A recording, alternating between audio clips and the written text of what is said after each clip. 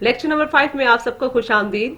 आज के इस लेक्चर में जो टॉपिक हमने कवर करने हैं वो है डेटाबेस अप्रोच और disadvantages of database approach and types of database. ठीक है, तो एज आई टोल्ड यू कि चैप्टर नंबर 6 हमारा स्टार्ट था जिसका नाम था डीबीएमएस डेटाबेस मैनेजमेंट सिस्टम। और मैंने पिछले लेक्चर्स में आपको बताया था डीबीएमएस के बारे में भी, डेटाबेस के भी बारे में भी और डाटा के भी बारे में भी। और मैंने आपको ये भी बताया था कि हम डाटा से डेटाबेस पे क्यों आए, कैसे आए, क्या रीजन थी, वो मैंने पिछले लेक्चर में कवर अप कर ली हैं। अगर आपने पिछले लेक्चर नहीं देखे तो आप पहले पिछले लेक्चर देखें। आज का लेक्चर हम स्टार्ट करते हैं।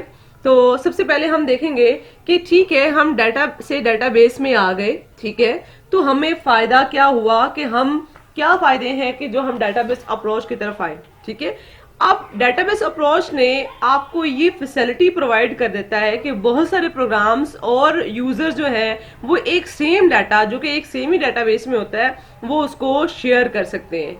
ठीक है, मिसाल के तौर पे एक स्टूडेंट है, उसका डाटा आपके पास पड़ा हुआ है, लाइब्रेरी वाले भी उसको यूज कर सकते हैं, अकाउंट वाले भी यूज करते हैं, एडमिन वाले के भी यूज कर सकते हैं। तो इसके फायदे बहुत है। डाटा एक जगह पड़ा हुआ है, जिसको भी जरूरत पड़ेगी वही वहां से एक्सेस कर लेगा।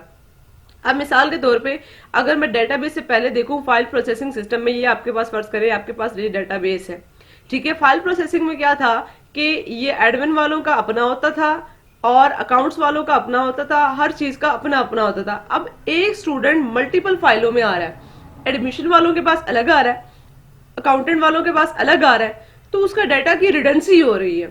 उससे क्या होता था, डाटा के मसाइल बहुत ज्यादा थे। फर्ज करो अगर एक स्टूडेंट है, मैं हूं स्टूडेंट, मैंने बीजीयू में जाना है और अभी डाटाबेस वहां नहीं है, मैंने वहां जाके अपना एडमिशन करवाना है।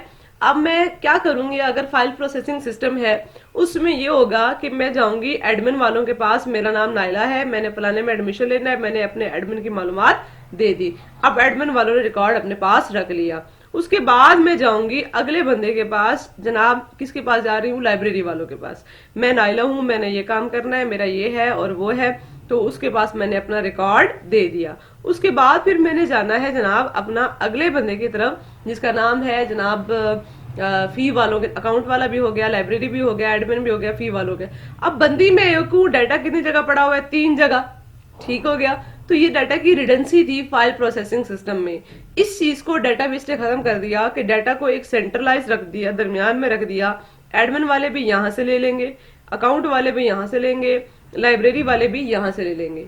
अब देखिए, रिडेंसी से नुकसान होगा, जहां रिडेंसी हो वहां इनकॉन्सिस्टेंसी एक मसला आ सकता है। क्या आ सकता है, जैसे ये देखें, मैंने अपना शहर चेंज करवाना है, मुल्तान से मैंने लिखवाना है लाहौर, तो मैंने 3 जगह लिखवाना पड़ेगा। यहाँ जाके मैं जनाब एडमिन वालों के पास कहूंगी मेरा नाम, मेरा शहर मुल्तान से लाहौर करो, यहाँ पे अलग कराऊंगी, यहाँ पे अलग करूंगी। फर्ज करो कि मैंने यहाँ करवाया और यहाँ ना करवाया, ठीक है, या 2 जगह करवा दिया, किसी जगह नहीं करवाया। ये 2 ब्लॉक तो मुझे कहेंगे ये मुल्तानी है और वो कहेगा नहीं ये लाहौरी है, तो डाटा क्या हो गया, इनकॉन्सिस्टेंस हो गया। इनकॉन्सिस्टेंसी का मतलब क्या होता है कि एक जैसा नहीं रहा। 2 ब्लॉक, 2 एडमिन वाले, लाइब्रेरी वाले मुझे कह रहे हैं कि ये जनाब मुल्तान की है, तीसरा कह रहा है नहीं ये लाहौर का है। एक जगह मैंने चेंज करवा लिया, 2 जगह चेंज नहीं करवाई, ये क्या होगी, डाटा इनकॉन्सिस्टेंसी। ये फाइल प्रोसेसिंग सिस्टम में था।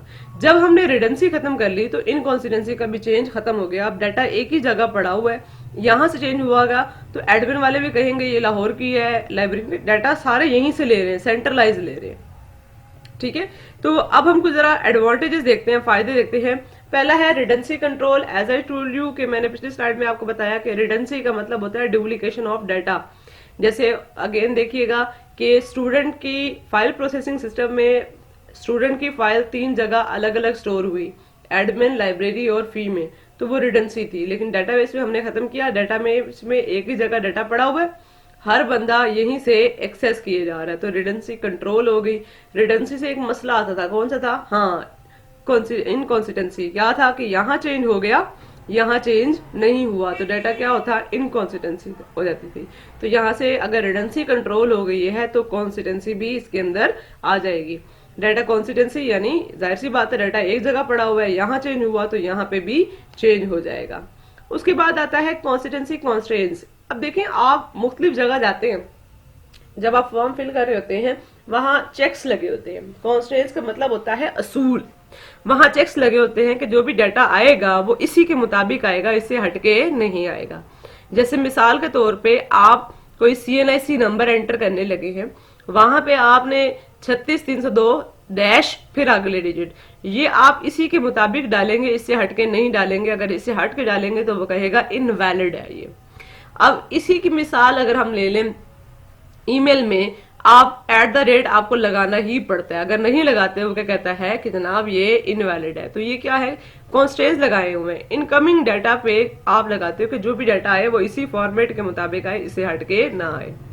डाटा एटॉमिसिटी क्या होती है? एटॉमिसिटी का मतलब क्या है, ट्रांजैक्शन में होता है। जस्ट सपोज मैं आप लोगों को कहूं कि अब आप ऑनलाइन मुझे फी दिया करें, ठीक है।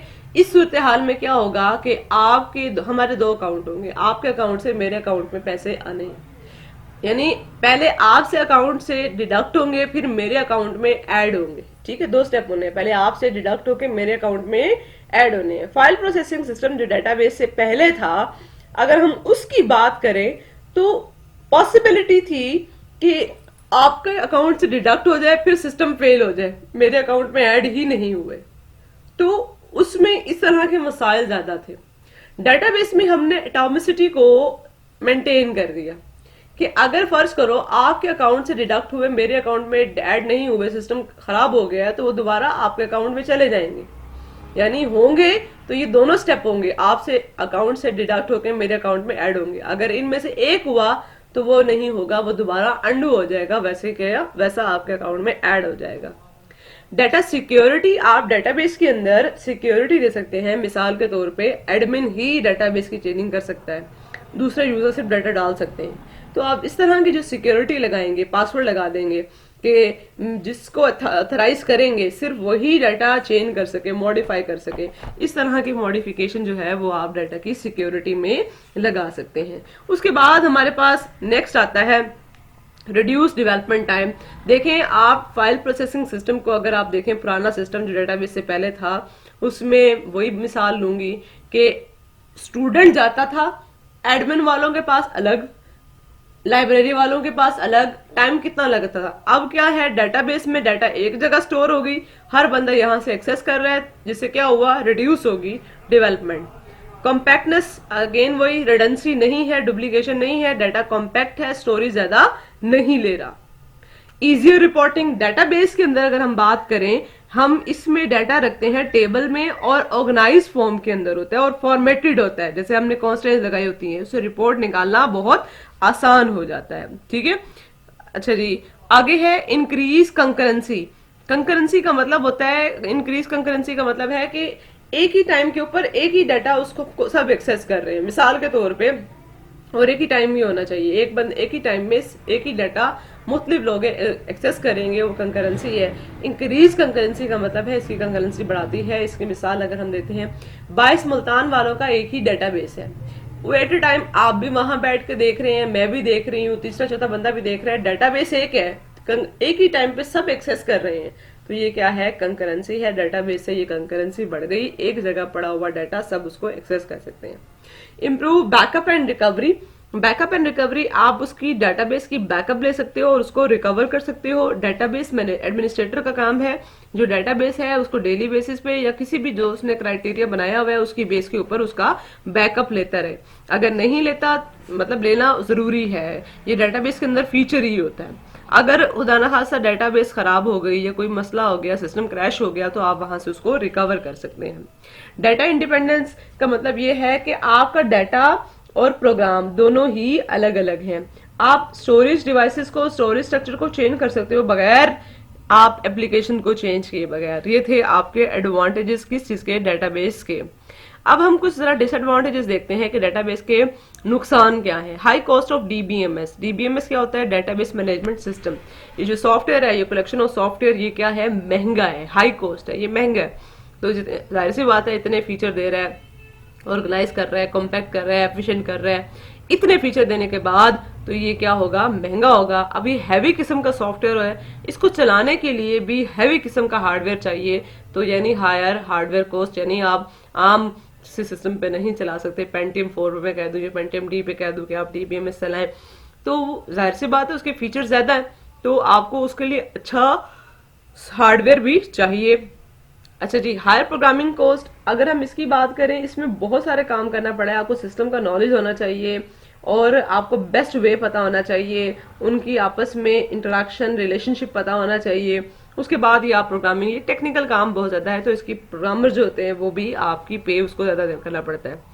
अब जस्ट सपोज कि आप हाई कन्वर्जन कॉस्ट की बात कर रही हूँ, कि जस्ट सपोज कि आप ये चाह रहे हो कि आपका जो सिस्टम है वो फाइल में था वो कन्वर्ट हो जाए डेटाबेस के अंदर। आपने अगर कन्वर्ट करना है तो अब वो है तो रिस्की, लेकिन आपको उसका समझ लें कि कॉस्ट भी ज्यादा पड़ जाएगी और इसी दौरान उसके फेलियर के चांस भी ज्यादा होते हैं और कॉम्प्लेक्स भी है। और परफॉर्मेंस के हवाले से इसको हम देखें तो उसकी परफॉर्मेंस इतनी, फाइल प्रोसेसिंग की अगर हम बात करें, डीबीएमएस रन करता है लेस एफिशिएंट है as compare to file processing system के हवाले से। ठीक है, अब हम आते हैं नेक्स्ट टॉपिक की तरफ, टाइप्स ऑफ डेटाबेस। ठीक है, अगर डेटाबेस की टाइप्स देखें तो हमारे जो बुक में दिए हुए हैं वो कौन कौन से दिए हुए हैं। हेरारिकल डेटाबेस होता है, नेटवर्क डेटाबेस होता है, रिलेशनल डेटाबेस होता है और ऑब्जेक्ट ओरिएंटेड डेटाबेस होता है। ठीक है, तो हम इनको वन बाय वन जरा रीड करते हैं। सबसे पहले आते हैं हेरारिकल डेटाबेस में। इसमें अरेंज करते हैं रिकॉर्ड को हेरारिकल फॉर्म के अंदर, जैसे ऑर्गेनाइजेशन का चार्ट है। इसमें होता क्या है, पेरेंट चाइल्ड रिलेशनशिप होती है। इसमें होता क्या है, पेरेंट चाइल्ड रिलेशनशिप होता है। इसमें जो टॉप रूट होती है उसको हम रूट नोड कहते हैं और उसका कोई भी पेरेंट नहीं होता, और उसके जो नीचे होते हैं वो उसके चाइल्ड होते हैं और उसके नीचे उसके वो सब चाइल्ड होते हैं। ठीक है, तो पेरेंट चाइल्ड रिलेशनशिप है। इसमें एक पेरेंट के बहुत सारे चाइल्ड हो सकते हैं, लेकिन एक चाइल्ड का सिर्फ एक ही पेरेंट होगा। बस देखें ये कॉलेज के चार्ट, ये जनाब रूट नोड है, क्योंकि इसके ऊपर कोई पेरेंट नहीं है। जिसका कोई पेरेंट नहीं होता उसको हम क्या कहते हैं, रूट नोड। इसकी दो चाइल्ड हैं, ये चाइल्ड है। ठीक है, डिपार्टमेंट और इंफ्रास्ट्रक्चर। इसके फर्दर तीन चाइल्ड हैं, कोर्स, टीचर एंड दिस। अब देखिए ये चाइल्ड है इसका, ये क्या हुआ, पेरेंट। ठीक है, ये इसका पेरेंट है। तो जो टॉप मोस्ट रू होगी उसका कोई पेरेंट नहीं। जिसका कोई पेरेंट ना हो वो जनाब आपकी रूट होती है। और अच्छा, जिसका कोई चाइल्ड ना हो वो आपकी लीफ नोड होती है। ये आपकी लीफ नोड है, इसका कोई फर्दर चाइल्ड नहीं है, ये भी आपकी लीफ नोड है। इसमें हम पेरेंट चाइल्ड रिलेशनशिप दिखा रहे होते हैं। ठीक हो गया। अच्छा, अगर हम इसके एडवांटेजेस देखें तो इसमें ये बेस्ट है वन टू मैनी रिलेशनशिप के लिए। ये देखें वन टू मैनी, क्यों, ये देखें वन से मैनी निकल रहा है, वन टू मैनी रिलेशनशिप के लिए।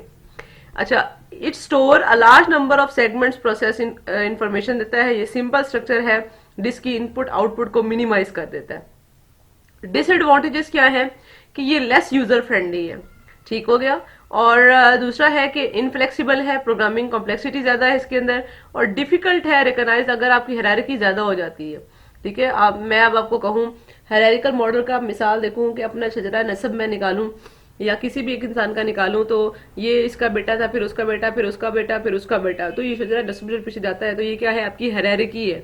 मैं अब आपसे कहूं कि आपके परदादा का परदादा का परदादा कौन था, तो वो कॉम्प्लेक्सिटी बढ़ जाएगी। जितना आप हायरार्की बढ़ाएंगे उसकी कॉम्प्लेक्सिटी बढ़ती जाएगी। फिर आते हैं नेटवर्क मॉडल। ये बिल्कुल हायरार्किकल मॉडल की तरह होता है, लेकिन इसमें सिर्फ एक चीज का फर्क होता है। वहां था कि वहां एक चाइल्ड का सिर्फ एक ही पेरेंट हो सकता है, लेकिन यहाँ क्या है कि एक चाइल्ड के बहुत सारे पेरेंट्स हो सकते हैं। लाइक ये देखें, ये स्टूडेंट है, इसका ये भी पेरेंट है और ये भी पेरेंट है। कैसे पता चला, ये एरो का निशान देखें, ये जहां होगा ये क्या होगा, आपका चाइल्ड होगा, जहां से निकल रहा है वो आपका पेरेंट होगा। तो यानी एक चाइल्ड का बहुत सारे पेरेंट हो सकते हैं। ये देखें, ये जहां एरो का मुंह, ये देखें, ये जो तीर का निशान नजर आ रहा है, ये आपका चाइल्ड है, जहां से निकल रहा है वो आपका पेरेंट होता है। एडवांटेजेस देखते हैं इसके। पहला है कि मैनी टू मैनी रिलेशनशिप के लिए होता है, फ्लेक्सिबल है और इसमें कनेक्शन ज्यादा होते हैं। डिसएडवांटेजेस में है, ये कॉम्प्लेक्स डायग्राम है और डेटाबेस डिफाइन होनी चाहिए, एडवांस में होनी चाहिए। इसमें लार्ज नंबर ऑफ पॉइंटर्स की जरूरत पड़ती है, क्योंकि पॉइंटर के बगैर डिलीशन अपडेशन नहीं हो सकती। अब आते हैं रिलेशनल डेटाबेस मॉडल। आप लोगों को याद होगा मैंने आपको टेबल बताया था, जब मैंने टेबल पढ़ा रही थी। टेबल का दूसरा नाम क्या था, आपको रिलेशन भी कहते हैं। फिर मैंने कहा था कि एक टेबल में रो और कॉलम होते हैं। रो को हम रिकॉर्ड भी कहते हैं, रो भी कहते हैं, टपल भी कहते हैं। कॉलम को हम कॉलम भी कहते हैं, एट्रीब्यूट भी कहते हैं और फील्ड भी कहते हैं। तो रिलेशनल डेटाबेस स्टोर में डाटा टेबल्स में स्टोर होता है और उन टेबल्स को हम क्या कहते हैं, रिलेशन कहते हैं। और उन रिलेशन में क्या होता है, रो और कॉलम हम वहां पढ़ते थे, यहाँ हम क्या कहेंगे, ट्रिपल एंड एट्रीब्यूट या फील्ड। ठीक है, तो हम इसको जरा देखते हैं। ये देखें, ये आपके पास टेबल है, हम वहां कहते थे ये टेबल है, हम यहाँ कहते थे रिकॉर्ड है, ये क्या था आपका एट्रीब्यूट यानी कॉलम था। लेकिन हमने यहाँ नाम क्या लेना है, इसको कहना है एट्रीब्यूट, ये क्या होंगे, ट्यूपल नाम। वहां रिकॉर्ड था, यहाँ क्या देना है, ट्यूपल, और ये टेबल नहीं कहना, इसे कहना यहाँ पे रिलेशन है। बस यही कुछ है। और आप यहाँ देखें कि यहाँ पे प्राइमरी की लगी हुई है क्योंकि डाटा की डुप्लीकेशन नहीं हो सकती। तो रिलेशन डेटाबेस में हम रिलेशन बनाते हैं, टेबल्स बनाते हैं, टेबल्स को हम रिलेशन कहते हैं और उनमें डुप्लीकेशन किए बगैर डाटा को स्टोर करवा रहे होते हैं। एडवांटेजेस, इसमें डाटा की इंटेग्रिटी ज्यादा है, integrity, rules regulations incoming data पे लगे हुए हैं, इंडिपेंडेंस है, डिपेंडेंसी इसमें अंदर नहीं है, स्ट्रक्चर भी इंडिपेंडेंट है, आप चेंजिंग कर सकते हो स्टोरेज स्ट्रक्चर को, कंसिस्टेंसी है, इनकंसिस्टेंसी क्यों नहीं है, क्योंकि आपके अंदर यहाँ डुप्लीकेशन नहीं है और एक्यूरेट डाटा है, आप डाटा रिट्राइव भी कर सकते हो और उसको शेयर भी कर सकते हो।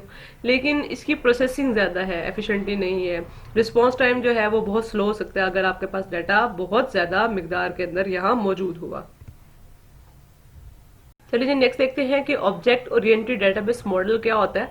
इसमें ऑब्जेक्ट की बेस के ऊपर हम डाटा को स्टोर कर रहे होते हैं। इसकी अगर हम बात करें तो ऑब्जेक्ट ओरिएंटेड डेटाबेस OODB ये स्टोर करता है डाटा को ऑब्जेक्ट की फॉर्म में। ऑब्जेक्ट क्या होता है, एक ऐसा आइटम है जिसके बारे में जिसमें हम कह सकते हैं कि डाटा भी होगा और फंक्शन भी होंगे।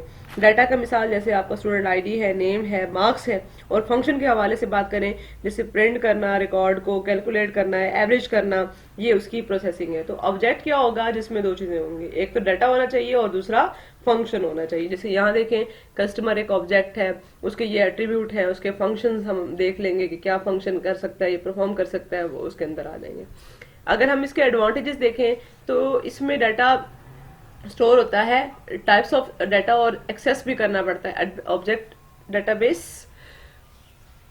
Oriented database can store more types of data and access this data faster. इसमें यह है कि आप डिफरेंट टाइप्स के डाटा को स्टोर भी कर सकते हो और इसको एक्सेस भी कर सकते हो जल्दी जल्दी। ये अलाउ करता है प्रोग्रामर्स को डाटा को, ऑब्जेक्ट्स को रीयूज कर सकते हो। इसकी अगर हम बात करें, ये अनस्ट्रक्चर के हवाले से अगर हम बात करें, स्टोर करता है अनस्ट्रक्चर डाटा को एफिशिएंटली। रिलेशन डेटाबेस के अनस्ट्रक्चर्ड डाटा के अंदर क्या होता है, फोटोज, वीडियोस वगैरह इसको कर लेता है। जो क्यूरी रिजल्ट्स होते हैं वो भी आप बहुत जल्दी बता सकते हो। क्यूरी जैसे मैंने आप पूरे रिकॉर्ड के अंदर सिर्फ उसका सिटी देखना है, मैं क्यूरी लगाऊंगी, जो रिजल्ट आएगा वो क्या होगी, क्यूरी रिजल्ट्स हो जाएंगे। डिसएडवांटेजेस क्या है कि कॉस्टली बहुत है, बहुत से ऑर्गेनाइजेशन रिकैलकुलेट करते हैं, कन्वर्ट करते हैं ओल्ड डाटाबेस को। इससे क्या होगा कि इन्वेस्टेड जो टाइम है, इम्प्लीमेंटेशन है, वो बहुत ज्यादा टाइम कंज्यूमिंग हो जाएंगी इसके हवाले से। ठीक है, आज के लिए इतना काफी। इंशाल्लाह अगले लेक्चर में मुलाकात होगी, तब तक के लिए अल्लाह हाफिज। आज के इसी लेक्चर को आप लोगों ने अच्छी तरह देखना है। घर रहें, सेफ रहें।